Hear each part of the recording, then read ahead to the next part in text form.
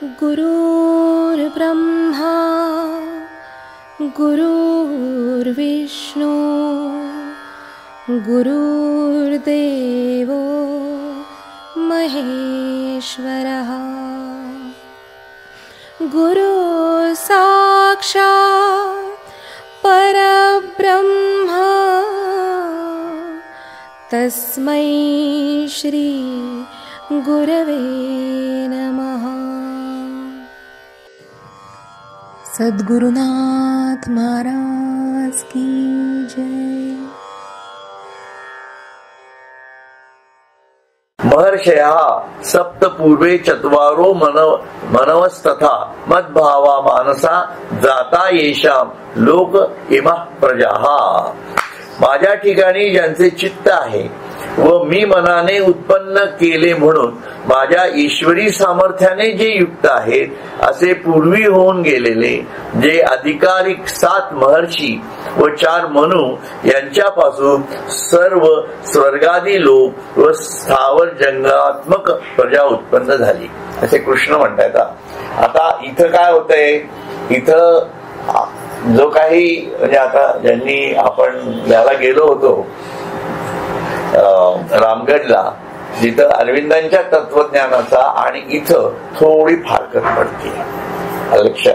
त्याच्यामुळे इथं काय मानायचं ते सुद्धा कृष्णाने सांगितलेलं आहे इथं। म्हणून ही फारकत आहे ना, ही फारकत समजून घेणं सुद्धा खूप छान आहे लक्षात। म्हणून ते हा भाग जरा थोडासा जास्त बौद्धिक आहे, हरकत नाही, पण आपण बघू कसा जमेल तसा।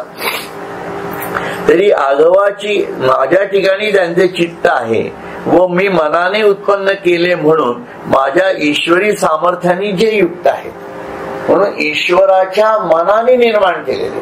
बघा, ईश्वराचं मन अतिमानसिकता, त्याच्या मनाने निर्माण केलेल्या जी लोक आहेत, म्हणजे आपण कसं करतो, आपलं मन जिथं असतं आपण मनाने ज्या कल्पना करतोच ना, त्या मनाच्या कल्पनांमध्ये काही काही गोष्टी अशा असतात की असं त्या व्यक्तीने तसं वागलं तर आपलं असं होईल, आणि काही वेळा ते वागलंही जातं। म्हणजे आपल्या जर सत्य जाणीवा असतील म्हणजे त्याच्यात काही पाप अशी दृष्टी नसेल तर ते घडतंही तसं, काही असं नाही।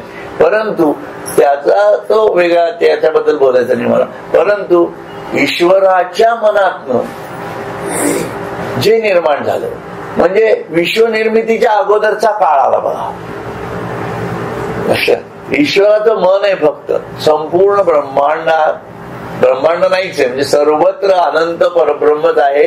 आणि त्याच्या मनाच्या जाणीवांमध्ये कुठेतरी हे जी निर्माण झालेली गोष्ट आहे ती काय म्हणता येते, माझ्या ठिकाणी ज्याचे चित्त आहे व मी मनाने उत्पन्न केले म्हणून माझ्या ईश्वरी सामर्थ्याने जे युक्त आहेत अशी जी लोक मी प्राथमिक निर्माण केलेली।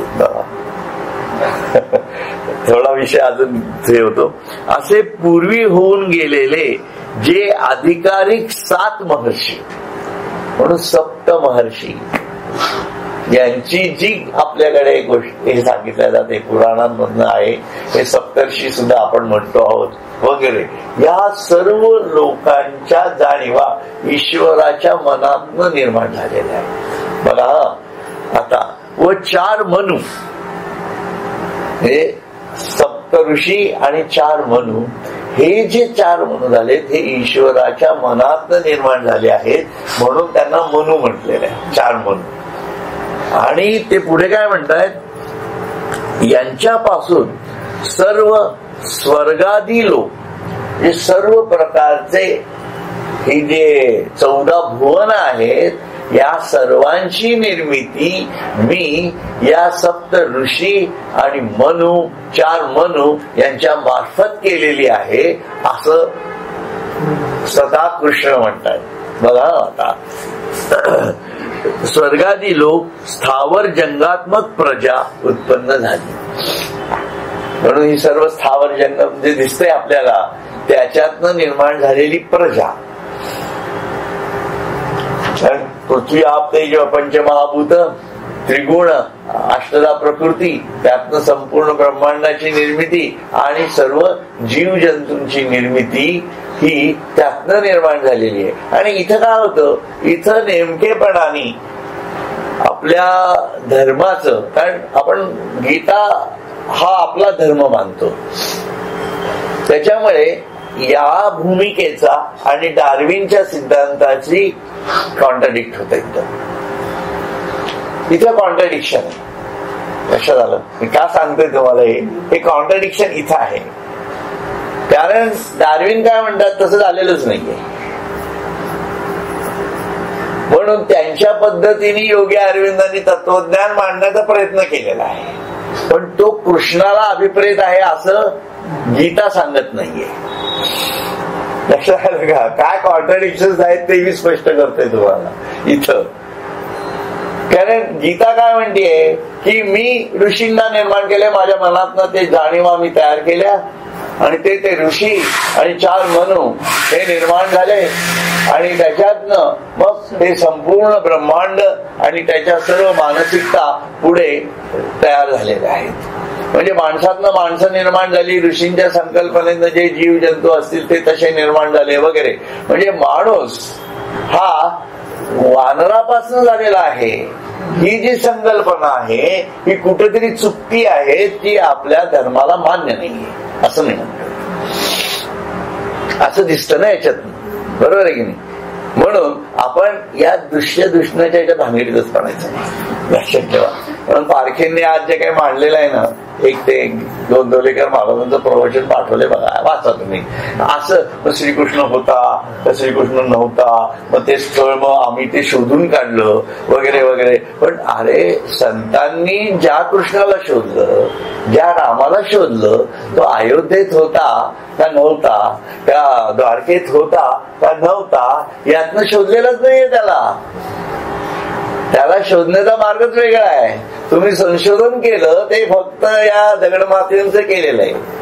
त्याला तुमच्याच दृष्टीने महत्व आहे, संतांच्या दृष्टीने त्याला काहीच महत्व नाहीये. केवढं फरक पडतो आहे की नाही? तसं पाठवली ना पोस्ट तुमची. हा, तर ही जी आहे हे खूप सुंदर आहे, कारण हे संतांचं वचन आहे, लक्षात ठेवा. म्हणून हे संत का महत्वाचे, गोंदवलेकर महाराज किंवा हे जे सगळे संत पंचक सुद्धा आपले जे आहे, कारण त्यांच्या नेमक्या अनुभूती खूप प्रत्यक्ष होत्या, फक्त बौद्धिक नव्हत्या. आणि त्या बुद्धीला सुद्धा चाट मारून पुढे जाणाऱ्या होत्या. म्हणून नेमका मार्ग सांगितलेला आहे. गोंदवलेकर महाराजांनी नेमकं सांगितलंय, नाम जप कसा करायचा, नाम रूपात्मक कशा प्रकारचं परब्रह्म आहे, त्याच्या आतीत कसं जायचं आहे, हे त्यांनी नेमकेपणाने त्यांच्या शिष्यांना सांगितलेलं आहे. असं उगाच भ्रामक असं नाही, नेमकी साधना काय करायची ते. मग आपण गॉड पण सॉल्व करू, हवा पण सॉल्व करू गॉडच्या नावाने, असं जमणार आहे का? असं जमणारच नाहीये, माणसाला जमणार नाहीये ते. आणि तो बुद्धियोग समजून घेणं खूप अवघड आहे. मग ती फक्त बौद्धिक प्रक्रिया होते आणि त्या बौद्धिक प्रक्रियेमधनं भक्ती निघून जाते. आणि शेवटी तो जर भावनेमध्ये असेल तर भाव बळेच मला तो आपल्याला पाहिजे ना, कारण त्याच्या मानसिकतेचा भाव हा फार महत्वाचा आहे. असं आध्यात्मिक दृष्टिकोन जो आहे तो अशा प्रकारे प्रस्तुत करतो. म्हणून ते काय म्हणतायत ते बघा. तरी आगवाची गुणी वृद्ध जे महर्षी माझे प्रबद्ध कश्यपादी प्रसिद्ध सप्त ऋषिका. म्हणून तरी ज्ञानत पादी सर्व गुणांनी श्रेष्ठ व सर्व महर्षींमध्ये ज्ञाते असे जे कश्यपादी प्रसिद्ध सप्तर्षी आहेत, असे ते सप्तर्षी त्यांनी मानले. कश्यप म्हणून आपण कुठले गोत्र सांगताना आठवलं नाही तर कश्यप सांगतो, बरोबर आहे की नाही? तर असं कारण ते त्यांच्यापासून मूळ गोत्र तिथंच जाते. आता बाकीचे ऋषी मला काही एवढं माहिती नाही, पण आपण ज्याला म्हणतो वसिष्ठ गोत्र, आत्री, बरोबर आहे की नाही, शांडिल्य, भारद्वाज, आमचं हरित वगैरे, हे जे असे आहेत हे सप्तर्षी म्हणून मानावेत असं त्यांचं म्हणणं आहे. कारण त्यांनी इथं कश्यपांचं नाव घेतलंय आणि कश्यपांनंतर हेच गोष्टी येतात त्या, बरोबर आहे की नाही. आणि त्याच्यानंतर ते 4 मनू, आता ते काय काय भानगड बघू आपण आता. ते कश्यपादी प्रसिद्ध सप्तर्षी आहेत आणि काही सांगतील. हा, आणि एक मी तिथं नोट करून घेतलं होतं हे, की आपण भागवताचा अध्याय 4था अध्याय वाचलाय बघा, त्याच्यामध्ये पण याची निर्मिती सांगितलेली आहे. तर तिथं सांगताना त्यांनी काय केलेलं आहे बघा, अनंताचे अवतार म्हटलेलं आहे. त्याच्यामध्ये नरनारायण, हंस अवतार आणि श्री दत्त हयग्रीव हे अवतार म्हटलेले आहेत त्यांनी, बरोबर आहे. आणि त्याच्यानंतर ब्रह्मदेव, या ब्रह्मदेवापर्यंतच्या या सर्व अगोदरच्या जाणीवा आहेत, म्हणजे नरनारायण, हंस अवतार आणि श्री दत्त आणि हयग्रीव, आणि नंतर ब्रह्मदेव म्हटलेलं आहे त्यांनी. आणि ब्रह्मदेवानंतर सप्त ऋषी, सनत कुमार वगैरे असं, ते सनत सनंदन सनत कुमार वगैरे असं म्हटलेलं आहे. आणि परत नंतरचे मनू, असं त्यांनी त्याच्यामध्ये मांडणी केली. पण त्यांनी त्या ईश्वराच्या भावात्मक जाणीवा याचा वेध आपल्याला घेता येतो उद्धवाच्या मार्फत, म्हणजे भागवताच्या मार्फत. म्हणजे नरनारायणाच्या भावना काय, हयग्रीवाच्या काय, दत्त प्रभू, म्हणजे ही स्वयंभू ब्रह्मा विष्णू महेशाच्या निर्मितीनंतरचीच आहे. दत्तावतार म्हणजे या तिघांचाच मिळून जो झालेला अवतार आहे, म्हणजे विष्णूचाच अवतार आहे. थोडक्यामध्ये विशुद्ध सात्विकतेचं निर्माण झालेला दत्ताचा अवतार कार्यासाठी, भक्तांना त्याच्यातनं बाहेर काढण्यासाठी आणि त्यांच्या प्रारब्ध संचित क्रियमाणातनं, त्यांचा अंधार उजेडाच्या जाणीवातनं त्यांना बाहेर आणण्यासाठी असं दत्ताचा अवताराचं स्वरूप आहे, असं त्यांनी म्हटलं. एनिवे, तर मला सांगायचं काय होतंय, पुढे जाऊ.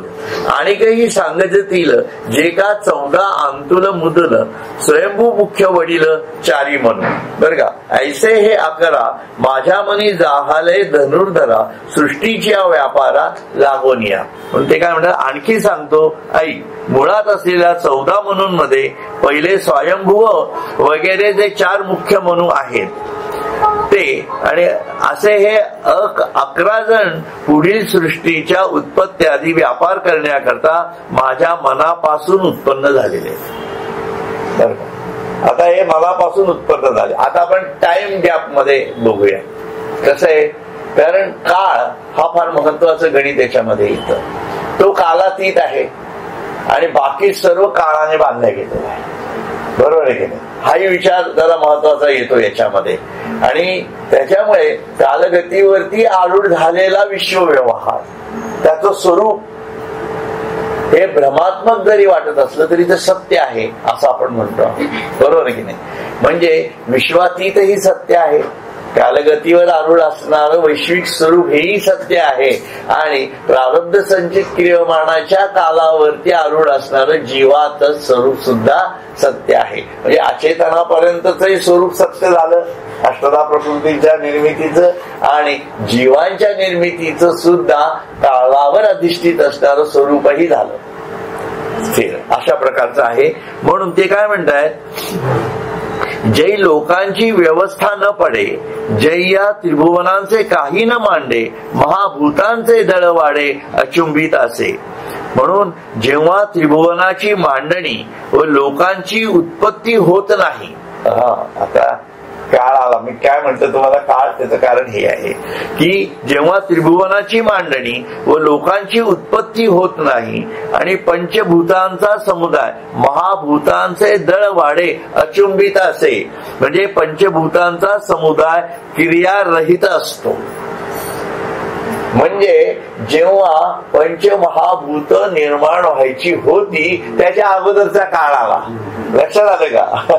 हे एवढं स्पष्ट त्यांनी लिहिलेलं आहे, तर ज्ञानेश्वराचे शब्द आहेत आणि लक्षात. म्हणून क्रियारहित असतो तेव्हा त्याची हे झाले, तेव्हा हे झाले.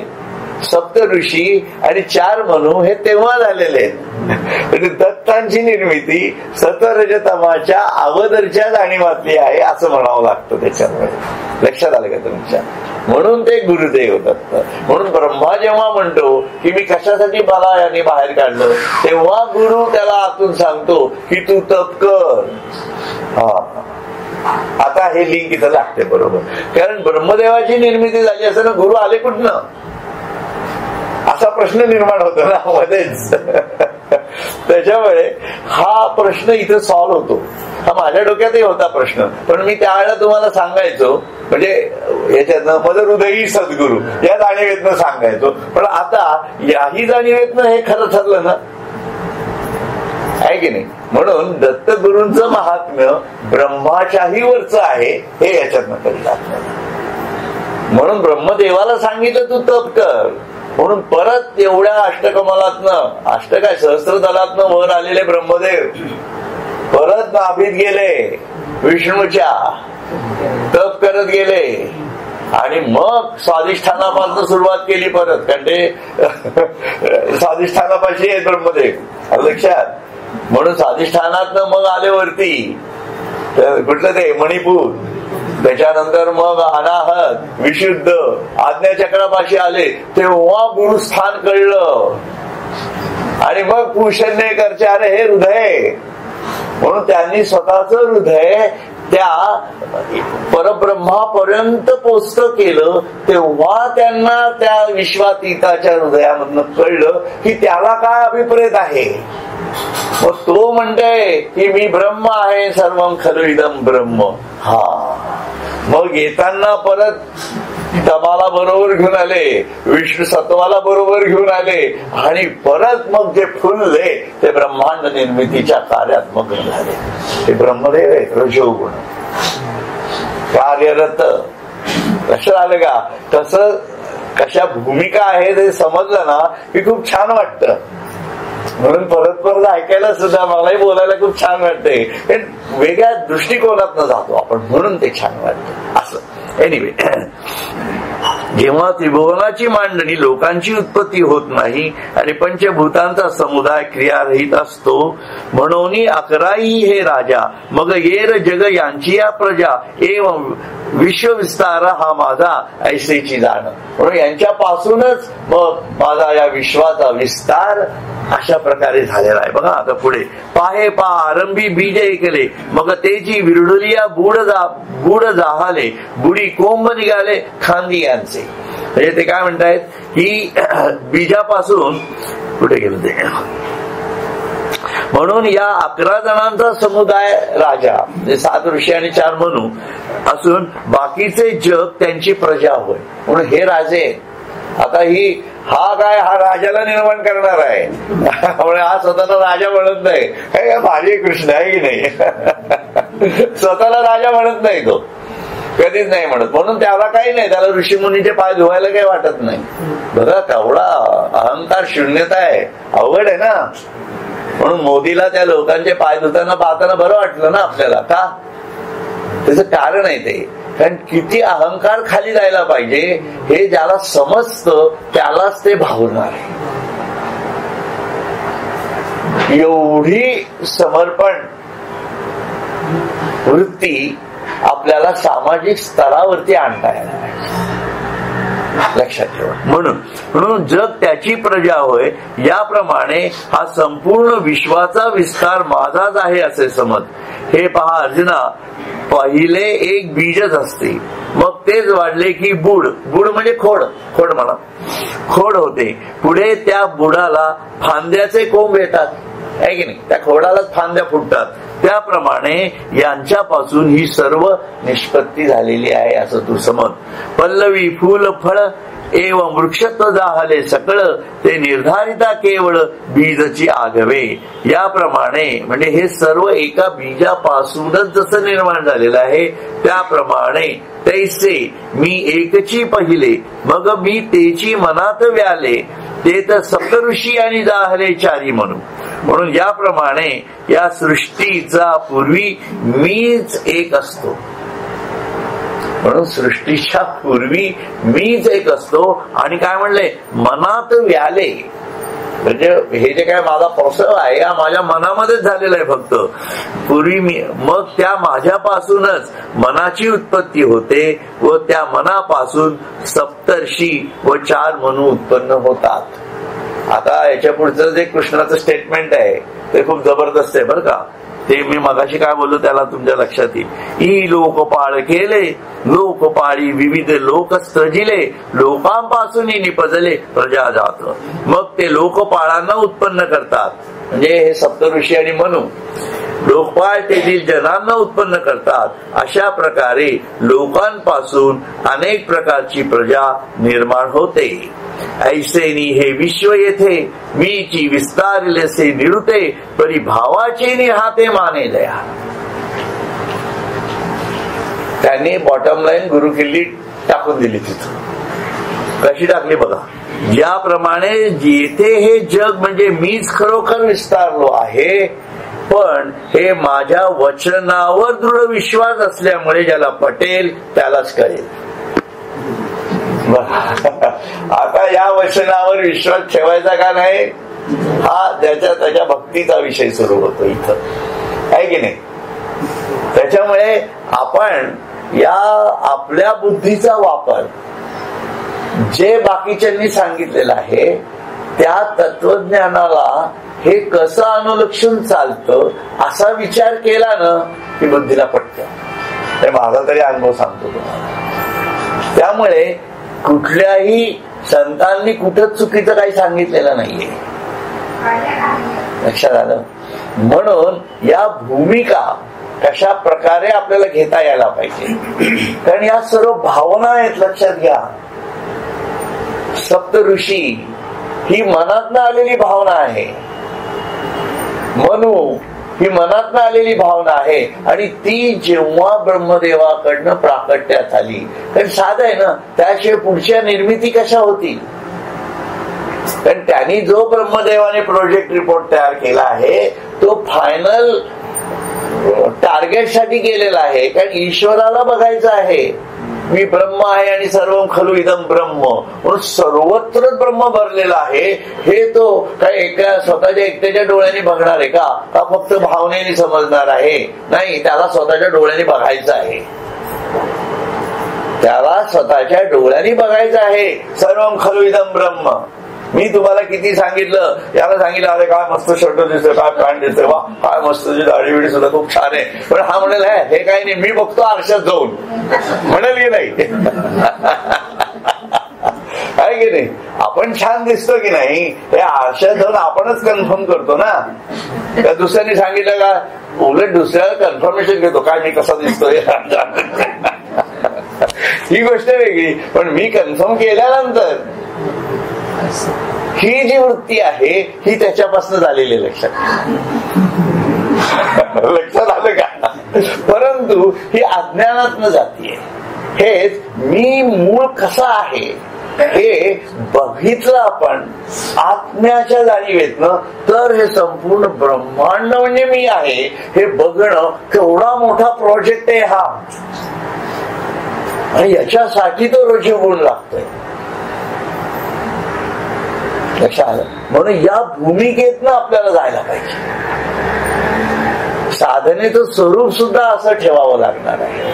म्हणून आपल्या आतमध्ये जेव्हा म्हणून सर्व संत म्हणतात ना की त्यांना प्रत्येकात ईश्वर दिसतो कारण ते ब्रह्म होऊनच बघत असतात सर्व. पण प्रत्येकाच्या याच्यात का ईश्वराचं चैतन्य आहे त्याची कारणच ती आहेत. म्हणून प्रत्येक गोष्टीच्या पाठीमागे ईश्वर आहेच अशी ते निर्मितीच्या खूप सुंदर अशा जाणीवा आहेत. खूप सुंदर आहे. म्हणून एता विभूती योग योगमच मम यो वेत्ती तत्वतः स्व विकंपयेन योगेन युज्यते नात्र संशय. हा माझा जगरूपाने विस्तार व जगद रूपाशी ऐक्य जो कोणी यथार्थ दृष्टीने जाणतो तो माझ्याशी अचल असे ऐक्य पावतो यात संशय नाही. हे खूप अत्यंत सुंदर असं विवेचन आहे. त्याचा भाग आपण पुढच्या वेळेला घेणार आहोत. परंतु मला थोडस एक 5-10 मिनिटं मी घेतो तुमची. एक सुंदर गोष्ट याच्यावरनं मला लक्षात आली की एतां विभूती योगम च मम यो वेत्ती तत्वतः, हा माझा जगरूपाने विस्तार व जगद रूपाशी ऐक्य जो कोणी यथार्थ दृष्टीने जाणतो तो माझ्याशी अचल असे ऐक्य पावतो, यात संशय नाही. म्हणजे आपल्याला नेमकं काय मिळवायचं आहे ना, हे इथं सांगितलं. मला म्हणायचंय तर ते म्हणायचं. आपण हे सर्व करतो आहोत, हे कशासाठी करतो आहोत? ते याच्यासाठी करतो आहोत ना. आणि त्याची एक प्रकारची गुरुकिल्लीच श्रीकृष्णाने देऊन टाकलेली, तू असं कर. म्हणजे मग आपल्याला संत काय म्हणतात ते कळतं. स्वरूपी विश्वरूप देखिले विश्वरूपी स्वरूप सामावले, ही अनुभूती त्यांना आलेली आहे, सर्व संतांनी घेतलेली आहे. बरोबर. म्हणून याच्यामध्ये कुठं कुठं ईश्वर मिळतो याच्या बाबत मी थोडासा जरा ज्ञानेश्वरी नित्यपाठ वाचत होतो, तेव्हा मी काही गोष्टी काढल्या. आजच आल्या माझ्या लक्षात. त्या म्हणजे ते म्हटलं आज तुम्हाला हे सांगूयात आपण. तुम्ही ज्ञानेश्वरी नित्यपाठ जेव्हा जेव्हा वाचाल तेव्हा तेव्हा वाचतानाचा भाव असा पाहिजे की मी काय केलं म्हणजे मला ईश्वर मिळेल. बघा, भक्ती कशी आहे किंवा साधना कशी करावी, प्रार्थना कशी म्हणावी, या सर्व गोष्टी त्याच्यातनं खूप छान कळतात. म्हणून ते म्हणतात. आता त्यांनी 46वी अभंग आहे बघा, हे तुम्हाला सर्वांना माहिती आहे. ज्ञानाग्नीचे निमुखे जेने जाळली कर्मे अशेखे, तो परब्रह्मची मनुष्य वेखे ओळखतो. म्हणजे आपल्याला परब्रह्म व्हायचंय ना, मनुष्य आहोत आपण, मनुष्य वेशाचा परमेश्वर आपल्याला व्हायचा आहे. तर काय करायला पाहिजे? ज्ञानाग्नीचे निमुखे जेने जाळली कर्मे अशेखे. आणि ती कर्मे अशेखे कशी जाळायची आहेत ते त्यांच्या अगोदरच्या ओव्यात खूप छान दिलंय. जैसा निर्वातीचा दीपू सर्वथानेने कंपू, तैसा स्थिर बुद्धी स्वस्वरूपो योगयुक्त. असा तू मनबुद्धीच्या योगयुक्त जाणीवेतनं जगायचा प्रयत्न कर. जसा निर्वातीचा दीपू म्हणजे अत्यंत कुठेही जिथं कंप नाही अशा स्थिर वातावरणामध्ये असणारी दिव्याची ज्योत कशी असते तसा तू राहा. कारण सतत हलणारे नाही, तर आपल्या वृत्ती सतत हलतायत, त्याच्यामुळे ती योगाची भूमिका आपल्याला जमत नाही असं म्हणता येते. तैसा स्थिर बुद्धी स्वस्वरूप योगयुक्त. जया पुरुषाच्या ठाई, बघा आता खूप छान, जया पुरुषाच्या ठाई कर्माचा तरी खेद नाही. म्हणून कर्माचा खेद होणं याचाच अर्थ आपण आत्म्याच्या जाणीवेत नाही. लक्षात घ्या, खूप छान आहे. आपण केलेल्या कर्माचा म्हणजे जे होऊन गेलेलं आहे त्या होऊन गेलेल्याचा अनुताप करावा हे मान्य आहे. पण पुढची जी कर्म आपल्याला काही चुकवायची आहेत का, मग त्याचा आता खेद नको वाटायला. जे जे आपण करू त्याचा, तर आपण आत्म्याच्या जाणीवेतनं जगतो आहोत असा त्याचा अर्थ होतो. कर्माचा तरी खेद नाही आणि फलापेक्षा काही संचरेना. मनामध्ये कुठल्याही फळाची अपेक्षा सुद्धा संचारायला नको. असं जेव्हा करशील तेव्हा आणि हे कर्म मी करीन अथवा आदरिले सिद्धी नेईन, मी हे कर्म करीन आणि हे मी सिद्धीला नेईन, असले काही संकल्प नाही. हा, मला जावंसं वाटते पैठणला, आम्ही जाणार, ज्यांना यायचंय त्यांनी या, आहे की नाही. झालं झालं, नाही झालं नाही झालं. कोणी आले नसते, मला शक्य असतं मी एकटा गाडी घेऊन सुद्धा गेलो असतो. आपण ठरवलेलं होतं जायचं. कोणी यावं कोणी न यावं हा ज्याचा त्याचा विषय, आपण कोण ठरवणार. पण परमेश्वर घडवतोय असं समजायचं, आहे की नाही. बरोबर ना, असंच करतो की नाही आपण. हा, ठीक आहे. आणि हे कर्म मी करीन अथवा आदरिले सिद्धी नेईन, येणे संकल्पेही ज्याचे मन विटाळे ना. या जाणीवेत जेव्हा आपण जाऊ तेव्हा मग ज्ञानाग्नीचे निमुखे. लक्षात घ्या, म्हणून ज्ञानाग्नीची मुखे येण्यासाठी आणि ही कर्मे आशेखे जाण्यासाठी आणि परब्रह्माची मनुष्य वैखे होण्यासाठी आपल्याला अशा प्रकारचं जीवन जगणं गरजेचं आहे. ही म्हणजे ईश्वर प्राप्तीची डायरेक्ट जाणीव आहे. बघा कशा प्रकारे ईश्वर मिळतो ते सांगितलंय ना, त्यांनी सांगितलंय, ज्ञानेश्वरांनी सांगितलेलं आहे. आता पुढचं एक खूप छान सापडलंय मला, ते पण सांगतो तुम्हाला. चालेल ना 2 मिनिटं आहे, भारी आहे एकदम. म्हणून मला ते हे विश्वची माझे घर आलं, ते आलं की नाही मी म्हटलं, हे विश्वची माझे घर ऐसी मती जयाची स्थिर किंबहुना चराचर आपण झाला. म्हणजे किती आत्म्याच्या जाणीवेमध्ये गेला तो. अगोदर कर्माच्या मार्फत समजून घेतलं, ज्ञानाच्याही जाणीवा वाढल्या आणि आता आत्म्याच्या जाणीवेमधनं तो हे विश्वची माझे घर. आपण घरात कसं राहतो तसं हे आपल्या घरामध्ये आपण आपल्या मुलांना काय काय आवडतं ते घेतो की नाही, मग तसं त्याच जाणीवेतनं आपल्याला बाकीच्याही लोकांसाठी करण्याची इच्छा तयार व्हायला पाहिजे. तेव्हा हे विश्वची माझे घर ऐसी मती जयाची स्थिर, आणि ती नुसती टाइम पुरती नाहीये, कायमची स्थिर व्हायला पाहिजे. मग त्या आश्रमात जाऊन राहतात. कळलं का? ते का राहू शकतात तिथं? कारण ही मती स्थिर आहे. ही स्थिर होणं फार महत्वाचं आहे. म्हणून किंबहुना चराचर आपण झाला. आणि अशी जी व्यक्ती आहे ती मग याही वरी पार्था माझ्या भजनी आस्था तया ते मी माथा मुकुट करी म्हटलेलं आहे. म्हणजे त्याला मी माझ्या डोक्यावर घेऊन बसतो असा तो भक्त असतो. आपण जाऊन आलो एकनाथ महाराजांना, आहे की नाही, मुकुट करी. हे ईश्वराचे मुकुट आहेत. संत मंडळी म्हणजे ईश्वराचे मुकुट आहेत, लक्षात घ्या. म्हणून त्यांच्या पलीकडे नाहीच काही. गुरु साक्षात परब्रह्म किती झाली, इतकं सुंदर दिलेलं आहे त्यांनी. अजून एक आहे, 5-6 आहेत तशा. आता बघा पुढे हे छान बरोबर. आता कसं वागायचं बघा. ते पापयोनीही हो तुका, ते क्षुधाधीतही न हो तुका, परी मदसी तुकिता तुका तुटी नाही. म्हणजे ते पापयोनीतले असतीलही, परंतु माझ्याशी संबंध तोडता म्हटला तरी तुटत नाही. बघा, तुकिता तुटा तुटी नाही असं म्हणते. खूप छान शब्द आहे. तेची भलतेने भावे मन मज आतू येते हो आवे, आले तरी आगवे मागील वावो. म्हणून कुठलेही विचित्र भाव जरी आले मनामध्ये तरी ते मागच्या मागे निघून जातात असं म्हणा.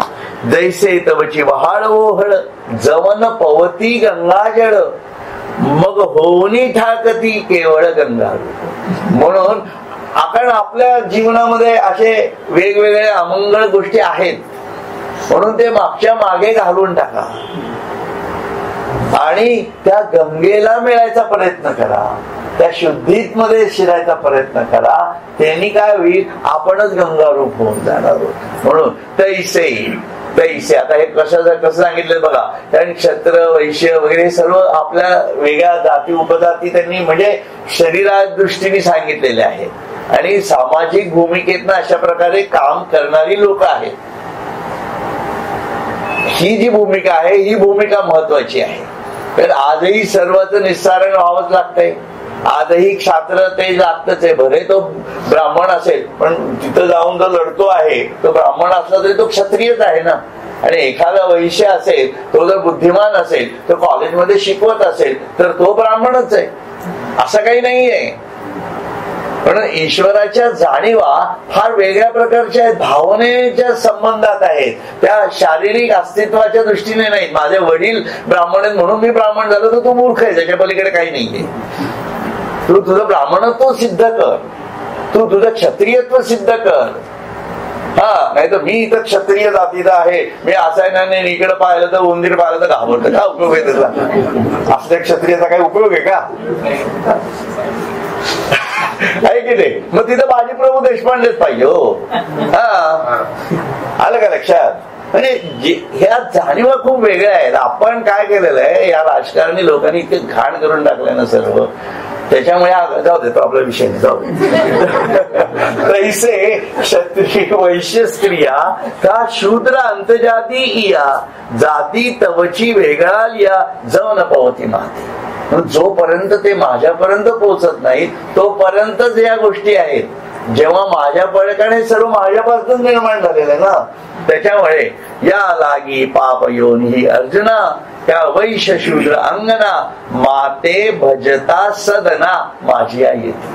बघा, म्हणजे माझ्या भजनाने ते माझ्यापर्यंत येतात. माते म्हणजे आई नाही, माते म्हणजे मला माते भजता सदना माझी आई येते. म्हणजे ईश्वराकडे जाण्याचा हा मार्ग नाही का? म्हणजे आपल्याचा अमंगळपणा कसा काढायचा आणि कशा प्रकारे शुद्धतेकडे जायचं हे त्यांनी सांगितलेलं आहे. आता पुढचंही अजून छान आहे.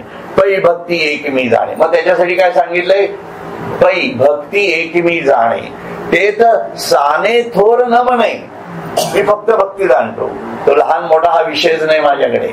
लक्षात? आम्ही भावाचे पाहुणे भलते या, म्हणून त्या भावाचा महत्व आहे, कारण तो निर्गुण स्वरूपामध्ये आहे. म्हणून मी ज्या भावाचा पाहुणा आहे सोहम, या भावनेमध्ये जो जाईल त्याचा तो माझा पाहुणा आहे. तिथं आज्ञा चक्रावर पाशी तो गुरु माझी वाट पाहतोय आणि मी खालतीच फिरतोय. आलं का लक्षात? तो वाट पाहतोय तिथं आणि मी खालती फिरतोय, म्हणून ते पाहणं खूप गरजेचं आहे. पै भक्ती एक मी जाणे ते तसाने थोर न म्हणे. आम्ही भावाचे पाहुणे भलते या ये पत्र पुष्प फळ हे भजावया मिस केवळ. नुसतं दाखवण्यासाठी आहे, भजावया मिस केवळ वाचून आमचा लाग निष्कळ. भक्ती तत्व आम्ही जे जाणतो ते फक्त भक्ती तत्व जाणतो. मग भूते हे भाव विसरला जे तिथी मीचे आहे सुधला. म्हणून निर्वैर जाहला सर्वत्र भजे. म्हणून मग भूते हे भाष विसरला जे दिठी मीचे आहे सुधला. म्हणून माझ्यामध्ये जे आहे ते सर्वत्र भरलेलं आहे हे ज्याला कळतं तो सर्वत्र भजे या जाणीवेमध्ये येतो. हे समस्त ही श्री वासुदेव. हा इथं अनुभूती दिली डायरेक्ट. हे समस्त ही श्री वासुदेव ऐसा प्रतीती रसाचा ओतला भाव. हा आपण ओतायचा आहे, आपल्यामध्ये ओतायचा आहे भाव. हा ऐसा प्रतीती रसाचा ओतला भाव म्हणून भक्ता माझी राव आणि ज्ञानिया तोची. काय पाहिजे अजून? म्हणून तो भक्तांमधला श्रेष्ठ भक्त आहे आणि तो ज्ञानी आहे. असं एक खूप छान 4थ्या याच्यामध्ये त्यांनी सांगितलेलं आहे. आता 5व्या याच्यामध्ये पण पुढे आहे. म्हणून त्याच्या पुढे मग याच्यासाठी करायला त्यांनी अजून एक मार्ग सांगितलाय. तू मन हे मीच करी. तुमचं मन जे आहे त्या मनामध्ये तुम्ही मलाच भरा, फक्त बाकी काही यूज देऊ नका, जाऊ दे म्हणतो असं. तू मन हे मीच करी माझ्या भजनी प्रेम धरी सर्वत्र नमस्कारी मज एकाते. आहे की नाही? सर्वांना नमस्कार करायला पाहिजे. मज एकाते. मला एकट्यालाच बघायचं सगळीकडे, परंतु मला एकट्यालाच नमस्कार करायचा. हा, म्हणजे खाणेकर आले तर मी खाणेकरांना नमस्कार करत नाहीये. लक्षात घ्या, भाव फार वेगळा आहे. मी त्याला नमस्कार करतोय. म्हणून मज एकातेच. एकाते म्हणजे एकालाच. म्हणून व्यभिचारी भक्ती करायची नाहीये आपल्याला, लक्षात ठेवा. म्हणून रामाच्या फोटो समोर सुद्धा परमेश्वराचं त्या विश्वातीताची आठवण आहे. कृष्णासमोर पण आहे, गणपती समोर पण आहे आणि माझ्या सद्गुरूंना पण मी त्याच जाणीवेत पाहणार आहे. ही एकत्वाची जाणीव आहे की नाही? या भूमिकेत नाही तर ती भक्ती व्यभिचारी होते, लक्षात ठेवा. म्हणून व्यभिचारी भक्ती शिरायचं नाही आपल्याला. एनिवे, तर माझे अनुसंधाने देख संकल्प जाळणे निशेख मध्याची चोख याची नाव ऐसा मिया आथिला होसी तेथ माझ्याची स्वरूपा पावसी. बघा, म्हणून माझ्या स्वरूपाला जर तुला मिळायचं असेल तर तू हे कर. आणि हेही जर एका मिनिटात म्हणजे मन माझे जमलं नाही तुला तर तर त्यांनी काय म्हटलंय, 1 मिनिट का होईना तू माझं स्मरण कर. तुम्हाला आता श्लोक नेमका माझ्या डोक्यातनं गेला. मोठे निमिष घाल ते म्हटलंय त्यांनी पुढे. बरोबर आहे. अथवा हे चित्त मनबुद्धी सहित माझ्या हाती अचुंबत न शकसी देव. तू जर हे करू शकत नसलास तर काय कर, तरी काय ऐसे करी. या आठा पहरा माझारी मोटके निमिष भरी दे तुझा असं म्हणले. पण काही क्षण का होईना तू देशील ते. आणि मग हळूहळू ते पुणे न जैसे शशिबिंब दिसे दिसे हारपत गवसे नाहीची होय. त्यामुळे हळूहळू त्या जाणीवेत जा आणि मग जेव्हा तुझा पूर्ण भाव तसा तयार होईल ही साधना आली. म्हणजे लक्षात. म्हणून आपण दिवसाचा काही क्षण देवाला द्यायचाच नाही, देवाच्या जाणीवेत जाण्याचा द्यायचाच नाही, असं व्हायला नको. आणि ती जाणीव सुद्धा कुठली, ही वैश्विक जाणीव आहे. परत विश्वातीताची जाणीव आहे. नाही तर आपण काय करतो, पूजा करतो, नमस्कार करतो देवाला, पण राम सुद्धा पूर्ण कळत नाही आपल्याला. हे त्या जाणीव. म्हणून त्याला तो निमिष जो द्यायचा आहे तो अशा प्रकारचा द्यायला पाहिजे की तो ओतप्रोत भावनेने देता यायला पाहिजे. अशा प्रकारे देवाची भक्ती कर असं म्हटलंय त्यांनी. मग त्याचा परिणाम परत पुढच्या काही काळ आपल्यावरती राहील. मग परत काही तासांनी करा, 4-4 तासाच्या अवधीनी, ज्याच्या लिमिट्स आहेत त्याप्रमाणे त्यांनी करावं.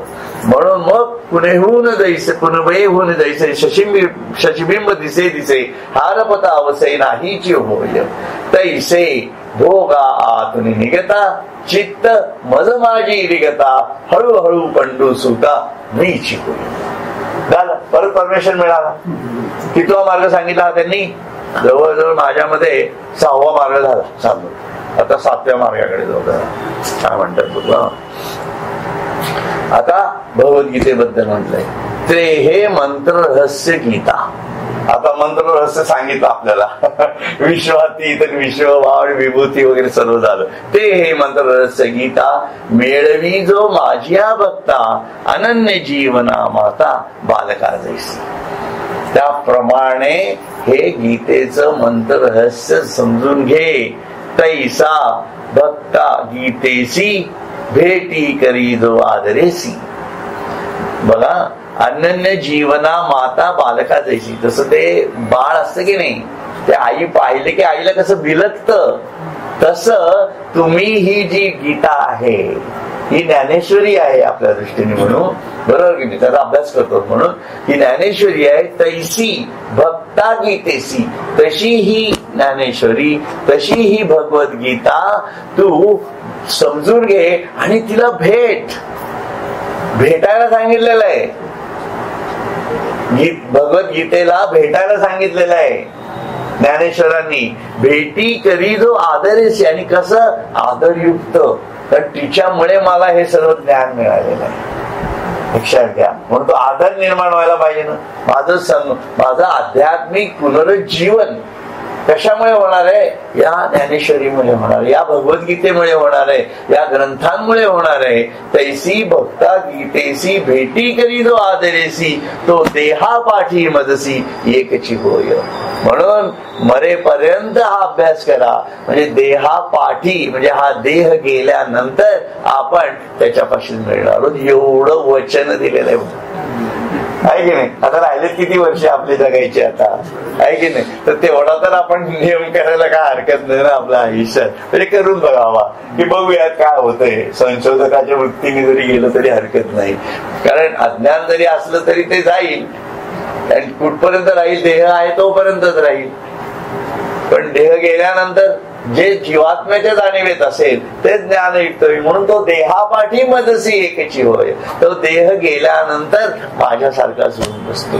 एकचीच म्हटलंय, एकच, दोन मी एकच होतो असं म्हटलेलं आहे. हे अत्यंत सुंदर अशा या ज्ञानेश्वरीच्या बघूया.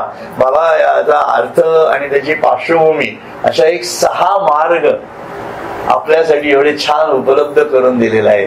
ज्याला ज्या पद्धतीने ईश्वर प्राप्ती करून घ्यायची आहे त्यांनी जरूर करावी. पण हा ज्ञानेश्वरी नित्यपाठ जो आहे हा जरूर वाचत राहा. किमान आठवड्यातनं 2दा-3दा का वाचत जा. लक्षात पूर्वी आम्ही लहानपणी होतो, आमचे आई वडील आमच्याकडनं रोज संध्याकाळी 7 वाजता म्हणून घ्यायचे. तुमच्या घरात सुद्धा शक्य असेल, तुमची तेवढी ताकद असेल मुलांना सांगण्याची, तर जरूर वाचून घ्या, काही हरकत नाहीये. ते ज्यानं त्यांनी ठरवावं आपल्या जीवनात, पण आपण स्वतः वाचावा. आणि पाठ होतो तो, आणि त्याची मोटके गुरुमुखे उदयित दिसे, हृदयी स्वयंभूची असे, प्रत्यक्ष पाहावं लागे तैसे आपैसे याची.